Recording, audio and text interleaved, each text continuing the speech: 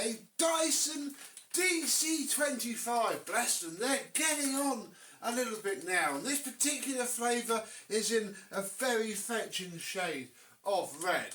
Literally, that's it. That's the only bit of colour on this thing. This beaten up, smashed about, been around the block, heap of junk was dropped off to me the other day. Can I see what's wrong with it and perhaps give it an service? So yeah, it's going to need a full refurb one way or the other. We may as well laugh at it and check there's nothing horrendously wrong before I confirm that to the customer and see what's wrong with this ancient, retro, vintage Dyson. Can I say that yet? Let's have a look.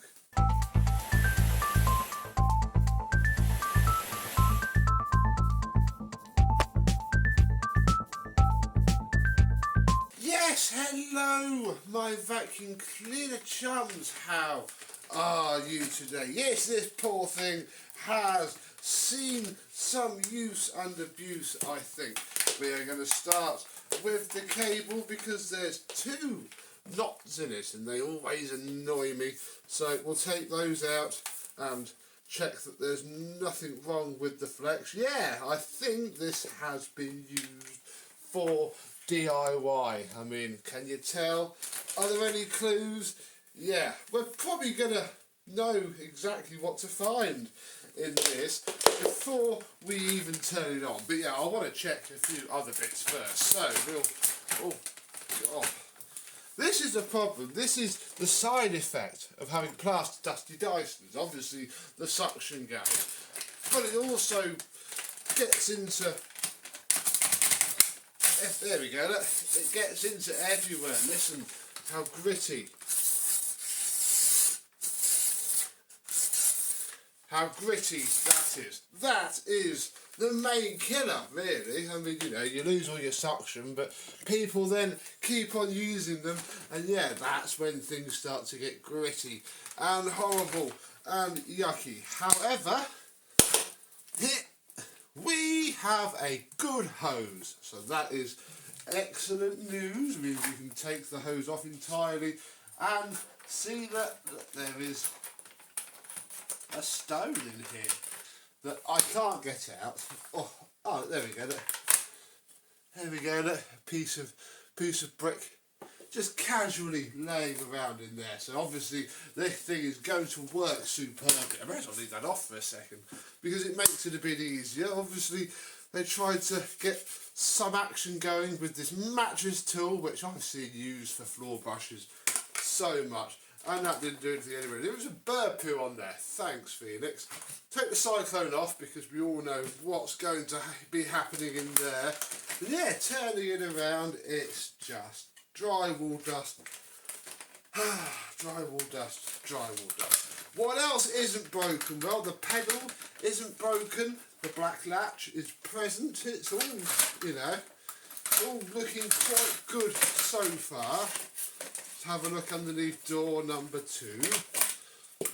Where we from? Oh, I've not seen one that bad before. Oh dear, oh dear. I'm going to tip it out. Bless it. I feel quite sorry for it. Oh, because that's not going back in. We will now turn this on with no post motor filter at all, because it will do more good than harm in this particular instance. Ugh, blimey. Right, under here, that's not too bad. Have seen worse. It's gonna rattle like hell because it's very, very loose. But obviously, will it spin? Well, who knows? Who knows? Who knows? What it's not going to do is suck at all. And I would imagine that this is just solid with plaster dust. Oh, listen to it, it's full of grit. Oh, come on, out you come. Wow, yeah, this thing is just, oh God. This is why you don't use your Dyson for plaster dust. I think what I'm going to do now is put all this back together. open up a window and we'll turn it on and see how full this room gets with dust. Okay, because I'm not sure if it's turned off or turned on, and as soon as it turns on, it's going to blast a mighty power cloud out from every orifice. Let's film and plug it in.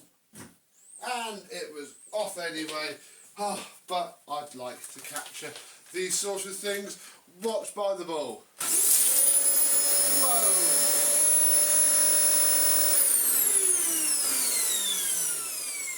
Well, amazingly, the motor sounds really good, and I think by removing this post-motor filter, we have unclogged it. It's found some airflow, and it doesn't actually sound too bad.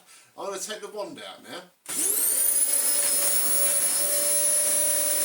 Oh, I can't do.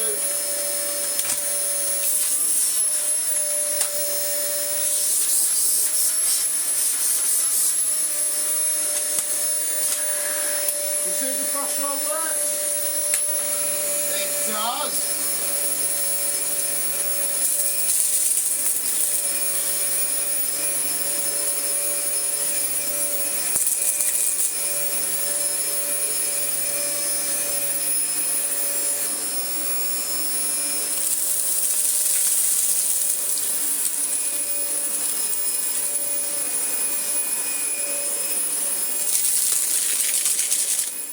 That did perk him up, and yeah, I think it's going to live absolutely fine. That's the problem with the ball Dysons onwards. You gotta check them before you really, attribute to anything. It could be the motor, it could be the loo, it could be the brush roll, it could be the cyclone, it could be the chassis.